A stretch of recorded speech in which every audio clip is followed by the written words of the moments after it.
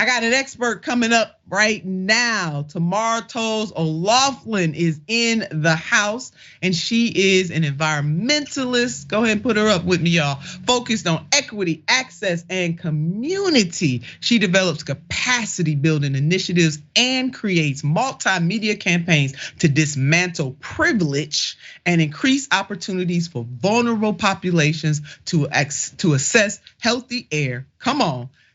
Clean energy, hello, and a toxic-free economy at the local, regional, and national levels. Oh my God, her resume is so long. Sister Toles O'Loughlin, I am so glad to have you here today. And I gotta have you back because we got a hard out coming really soon, but I wanna have you back. This is gonna be part one of a longer conversation. But I just wanna start, I wasn't gonna start here, but I wanna start. I was just in East Palestine. I live in Ohio, I live in Cleveland, Ohio, so I'm about an hour and 30 minutes out. And I'm telling you, my hair's been on fire ever since this happened to these working class folks. But it's shown up on fire after going there. I can see the rage and the anger and the fear in their eyes.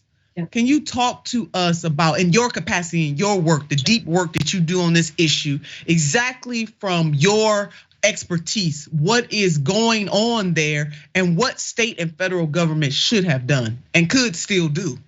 Well, the sad part is that this is an old story. It's a story of people getting abandoned by a lot of folks out in the open. As our elected officials are out kissing babies and drinking water for show and smiling real hard into the camera, it's very clear that this is a multi-generational, multi-year, multi-decade struggle that these folks just got pulled into. As if the Ohio River Valley, the waterways that are here, the folks that have been abandoned from steel and mining and coal that never came, the jobs that never came back weren't already dealing with enough as is.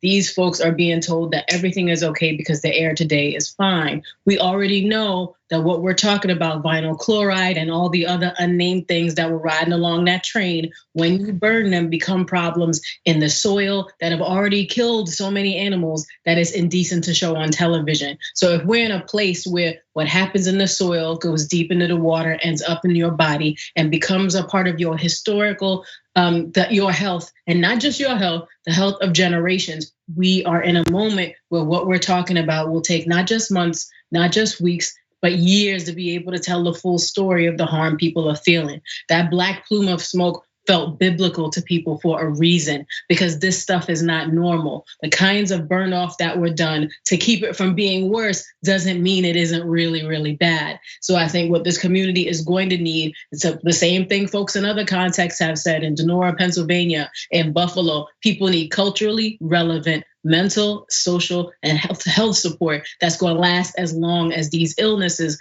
happen to them. PVC becomes a dioxin that becomes a toxin that gets into your blood and your lungs and your DNA and changes how the children you have not born come into this world. When you breastfeed, because it's bioaccumulative, it ends up in your breast milk, which means these kinds of poisons, when they reach your body, only come out in expression through your children if you are a person who makes babies. So I just want to lift up that I think as much as this is bad today, I look forward to those same incredible folks who are calling out the industry that did this wrong, who are gonna have the job to regulate it, to remember 3 years from now, 5 years from now, 10 years from now, to be just as consistent in their support of the community as they are today. That's it, Madam President. I'm telling you, laying it down. And that's why we're gonna have a part 2 here, because I have other questions that you're not gonna have time to answer, so I don't wanna lay them out. But to me, when I went there and saw some of the folks there, it reminded me of being in Flint, Michigan. For different reasons, you know me, but it's the same concept. We in the same confluence here. Or Jackson, Mississippi, the pain of poor black people, poor white people, poor anybody. And when you put blackness on it, so now we're talking about race and class, we're talking about caste and class. And then you got poor white folks. This is a class and a race issue, and they both go hand in hand. And I felt that. I mean, it's not the only time that I felt it, but I really felt it, and I saw it in their eyes. And your point, Madam President, and I'm calling Madam President because she is the president and CEO of the Environmental Grant Makers Association, laying this down. We're gonna have you back. Asher, make sure that we have President Toles O'Loughlin back. But what you just said in the earlier segment, we put up a headline: Ohio's train derailment contaminates at least 15,000 pounds of soil and 1.1 million gallons of water. And that's just coming from Norfolk Southern. Imagine when other folks not related to Norfolk Southern gets in there. So, Madam President, we short on time, 30 seconds. Tell us what else you want us to know, and you coming back for part 2. That we can't keep abandoning folks. When the cameras go away, it's time for us to step up. When the regulators fail to regulate, it's time for us to step up. And when this community asks that their cancers are not ignored and they don't have to go through what everyone in Cancer Alley or any of the other places you have mentioned have done to prove that they have been harmed, let's not forget that black plume of smoke told us everything we needed to know about people. It's time for us to show up. Time for us to show up. Thank you, President Toles O'Loughlin. We are going to have you back on Unbossed. Thank you for your expertise, your love, and your passion for people and for driving equity in this country on this particular issue.